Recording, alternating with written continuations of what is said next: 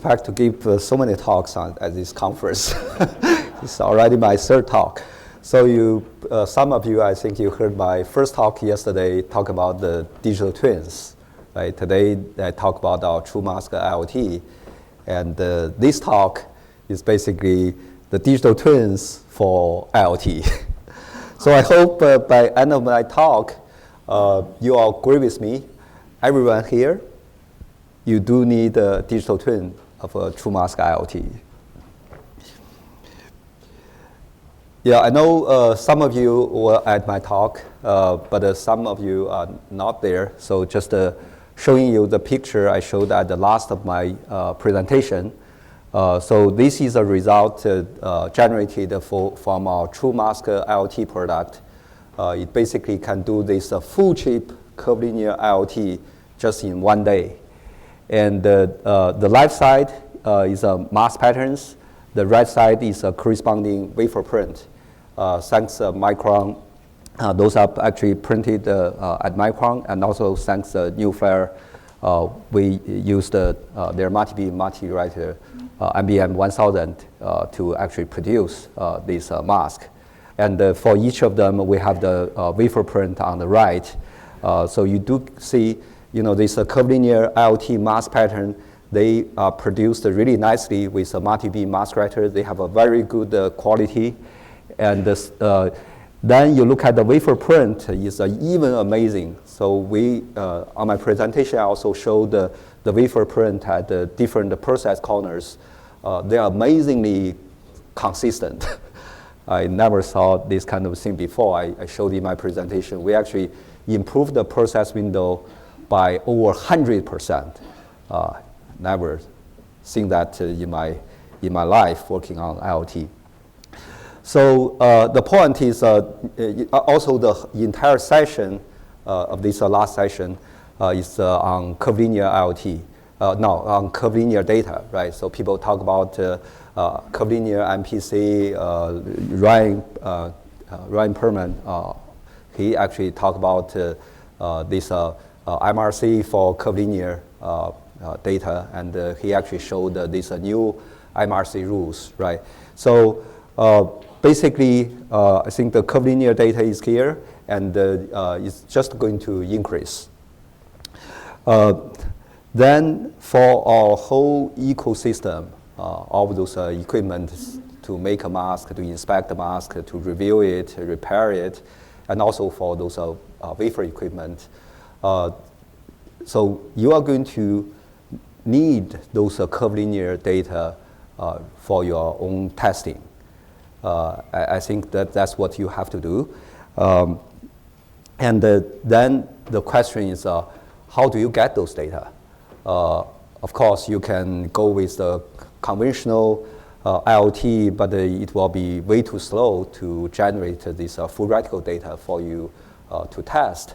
Well, you can go with our true mask IoT, which can do the full chip in one day, but I guess it's not the most cost-effective way to get the curvilinear data. I think, well, here I'm trying to give you an answer. If you heard my yesterday's talk and today's talk, you would take a guess. So my answer is you need a digital twin of the IoT. And this will be 100 times faster even than the true IoT I talk about today, and also it will be much cheaper. So here I'm talking about less than 100K. You can actually get a digital twin in just a matter of minutes. Right? So what is a digital twin? So digital twin basically is a virtual representation of your process or your product or your system, right? And you can use this to represent your system, and people can use that for training. You can use it to predict certain things that will happen with your system, and you can also use that to generate the input for your downstream equipment. There are two ways to generate a digital twin. One is with a simulation. The other one is actually use deep learning. the one I'm going to talk about is actually use deep learning.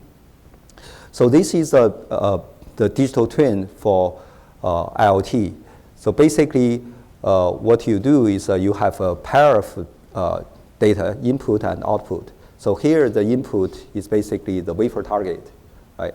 Then you run TrueMask IoT or other IoT program, it will generate this IoT mask pattern, which is on the right. And so you have this pair of data you can actually give to a deep learning neural network. Then with a lot of data, it actually can train this deep neural network, so it's actually learned how to generate those IoT pattern, right? So let me give you an example. So here I'm showing you two kind of like IoT patterns, and one is actually generated by our TrueMask IoT product. The other one is actually generated by this digital twin. It's trained by the deep neural network. So we can take a vote. Like who is thinking the one on the left? Let's say who is thinking the one on the left is actually the digital twin, or the fake one? 1, 2, 3, 4, 5. Okay, so it's a very small percent, maybe like 10% of people think the one on the left is actually the faked one. But it turned out,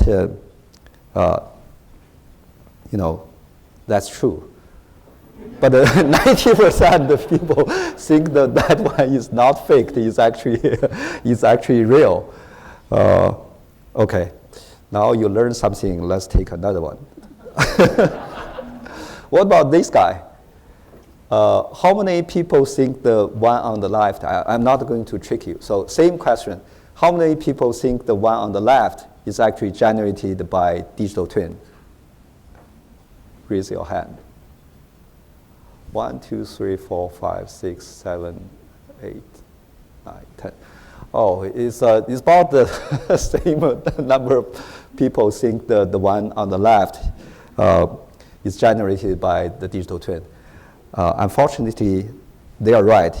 The rest of people are wrong. So I already showed you two examples. Now you probably already did some learning, right? Let's say if you can actually beat the deep learning. This one, this is my favorite one. Actually, I even made a mistake. Let's see. All right, look at it. Who thinks the one on the left is the fake one, is the digital twin? 1, 2, 3, 4, 5, 6, 7, 8. A little bit better. Maybe like 15 people. So you guys did actually learn.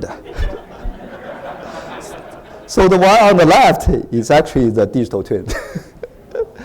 So you can see those the IoT pattern generated by digital twins, they're so similar to the real one, right? Even our human, we look at it, we cannot really tell. Of course, you cannot use these patterns for wafer print. It probably won't give you the best, it cannot probably want to give you the best process window, but you can see those patterns are perfectly fine for testing, especially testing of the different equipment.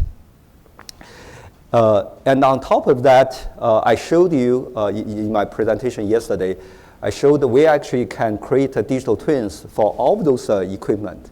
And I gave an example, we actually made a digital twin for mask CD-SAM, right? And here is one of the pictures I showed yesterday. So this is our simulated, so this is basically a result from our TrueMask IoT, right? So this is basically the mask pattern. And this one is actually come from the mask CD-SAM digital twin. So from the mask pattern, we can actually generate a SAM image that looks so real to the real SAM image, right? So if you look at these two guys, I actually cannot tell which one is real, which one is fake, right? So you can see together, if we take the IoT digital twin, which is the first one, Then we plug in that into this CDSAM digital twin. Then we can generate this fake SAM image that is so real that you can actually use it for deep learning training. You can also use it for analysis because all of the mask analysis is based on CDSAM images, right? So you can use this fake SAM image to actually test your analysis software. Adoption of curvilinear masks is not started from today. Actually, back to 2015 and 2016, for consecutive 2 years at Bacchus, the panel discussion was on curvilinear mask. Especially in 2016, so pretty much every equipment, there's one representative from those companies. They all said that their system was ready for curvilinear data. So here, just to show you an example, this is a slide that I borrowed from Sterling. Sterling is here, right there, yeah. So KLA already have a system that is can actually handle curvilinear data. Basically, what they did is they have this two inspection mode, one called MPI, mask plane inspection. They also have another one called wafer plane inspection. So they look at both in high resolution inspection image and also the error image. So on error image, no matter how curved your mask pattern, IoT pattern, they becomes all relatively simple because you just want to print those are simple lines or contact, right? So that is ready. And also, we did some work at the Luminescent together with TSMC, and those tools already used in production. So this is we call AIA, is used with Ames tool, right? So it basically can do the auto measurement on Ames tool. So it's at that time, it's already ready for IoT or curvilinear IoT. For the repair, it's very similar. We also developed this system together with the TSMC. It has been used in production for almost 10 years. And this will basically, based on the reference pattern, it will generate this reference image. Then it gives to the Carol Zeiss E-beam repair tool. It calculates the difference. Then it can do the repair. So it doesn't matter this repair area is a rectilinear or is a curvilinear. They can always do this. And also, Carol Zeiss has a similar capability themselves as well. So I think the point is all of those, if you look at the whole ecosystem, everyone is pretty much ready in terms of the capability or functionality, ready for curvilinear IoT, right? It's just so far they don't really have enough data or the full radical data to really test their product for high volume production. But now we have. You can use this IoT digital twin, right? So I would bet next year at this conference, you are going to see the curvilinear data everywhere. So better to be prepared. Thank you.